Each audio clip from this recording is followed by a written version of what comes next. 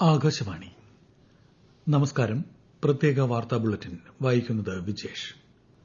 കാർഷിക ഭക്ഷ്യമേഖലകളിലെ സ്ത്രീകളെക്കുറിച്ചുള്ള ആഗോള സമ്മേളനം രാഷ്ട്രപതി ദ്രൌപദി മുർമു ഇന്ന് ന്യൂഡൽഹിയിൽ ഉദ്ഘാടനം ചെയ്യും. പുരോഗതി കൈവരിക്കുക, പുതിയ ഉയരങ്ങൾ കീഴടക്കുക എന്ന പ്രമേയത്തിലാണ് 3 ദിവസത്തെ സമ്മേളനം ചേരുന്നത്.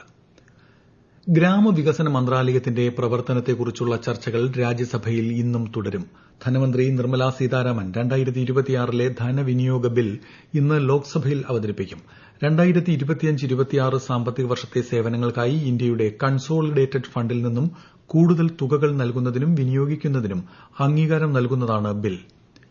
ഗൾഫ് മേഖലയിൽ ആക്രമണത്തിനെത്തിയ 954 ഇറാനിയൻ മിസൈലുകളും 2500 ഡ്രോണുകളും 17 വിമാനങ്ങളും GCC രാജ്യങ്ങൾ തടഞ്ഞതായി ഐക്യരാഷ്ട്രസഭയിലെ ബഹ്റൈന്റെ സ്ഥിരം പ്രതിനിധി ജമാൽ ഫാരസ് അൽവോറായി. 6 അംഗ GCC രാജ്യങ്ങൾക്കെതിരായ ആക്രമണങ്ങൾ വ്യാപാര സമുദ്രപാതകളിൽ പ്രതിസന്ധി സൃഷ്ടിച്ചത് ആഗോള സമ്പദ്വ്യവസ്ഥയെ സ്വാധീനിക്കുന്നുണ്ടെന്നും അദ്ദേഹം പറഞ്ഞു.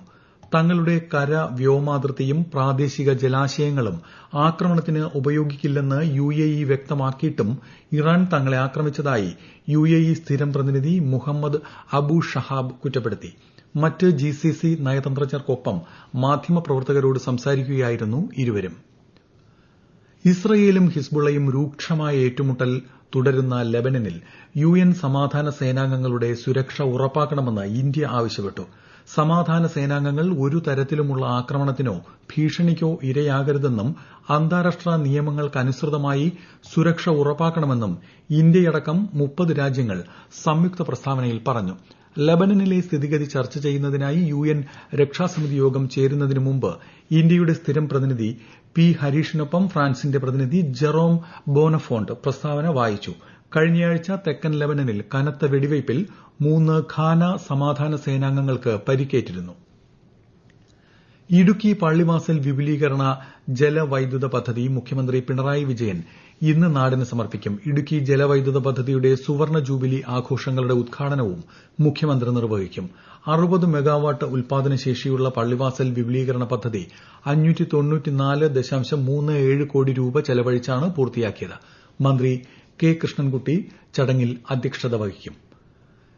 കേരള സംസ്ഥാന ഭവന നിർമ്മാണ ബോർഡിന്റെ മറൈൻ ഇക്കോ സിറ്റി പദ്ധതിയുടെ ശിലാസ്ഥാപനം ഇന്ന് വൈകിട്ട് 4-ന് മുഖ്യമന്ത്രി പിണറായി വിജയൻ നിർവഹിക്കും. കൊച്ചി ബോൾഗാട്ടി പാലസിൽ നടക്കുന്ന ചടങ്ങിൽ മന്ത്രി കെ രാജൻ അധ്യക്ഷനാകും. 3 ഘട്ടങ്ങളിലായി 3394 കോടി രൂപ ചെലവിലാണ് പദ്ധതി നടപ്പിലാക്കുന്നത്. ആകാശവാണി പത്തനംതിട്ട ജില്ലാ മുൻ പ്രതിനിധിയും ജീവൻ TV റിപ്പോർട്ടറുമായിരുന്ന ബിജി വർഗീസ് അന്തരിച്ചു. ഹൃദയാഘാതത്തെ തുടർന്നായിരുന്നു അന്ത്യം. സംസ്കാര ചടങ്ങുകൾ ഇന്ന് ഉച്ചകഴിഞ്ഞ് നൂറനാട് പടനിലം സെന്റ് തോമസ് ഓർത്തഡോക്സ് പള്ളിയിൽ നടക്കും.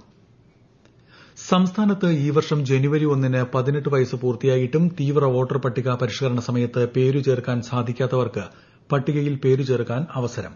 voters.eci.gov.in എന്ന വെബ്സൈറ്റിലൂടെയോ ECI നെറ്റ് മൊബൈൽ ആപ്ലിക്കേഷൻ വഴിയോ ബൂത്തുതല ഓഫീസർ വഴിയോ അപേക്ഷിക്കാം. നാമനിർദ്ദേശ പത്രിക സമർപ്പിക്കാനുള്ള അവസാന തീയതി വരെ പേരു ചേർക്കാം. സംസ്ഥാനത്ത് പകൽ താപനില വർദ്ധിക്കുന്നു. ഇതോടൊപ്പം അൾട്രാ വയലറ്റ് സൂചിക ഉയർന്നതിന്റെ പശ്ചാത്തലത്തിൽ ജനങ്ങൾ ജാഗ്രത പാലിക്കണമെന്ന് സംസ്ഥാന ദുരന്ത നിവാരണ അതോറിറ്റി അറിയിച്ചു.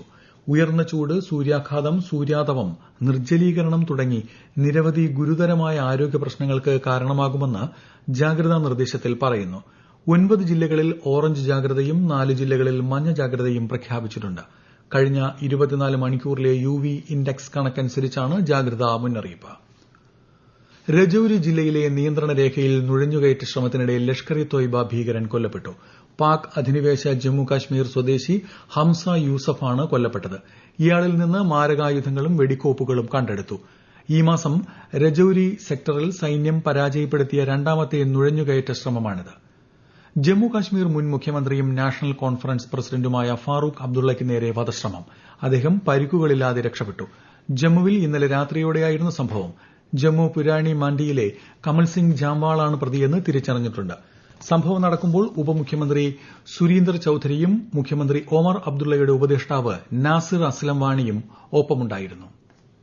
പ്രത്യേക വാർത്താ ബുള്ളറ്റിൻ കഴിഞ്ഞു. അടുത്ത വാർത്താ പ്രക്ഷേപണം ഉച്ചയ്ക്ക് 12:30-ന്.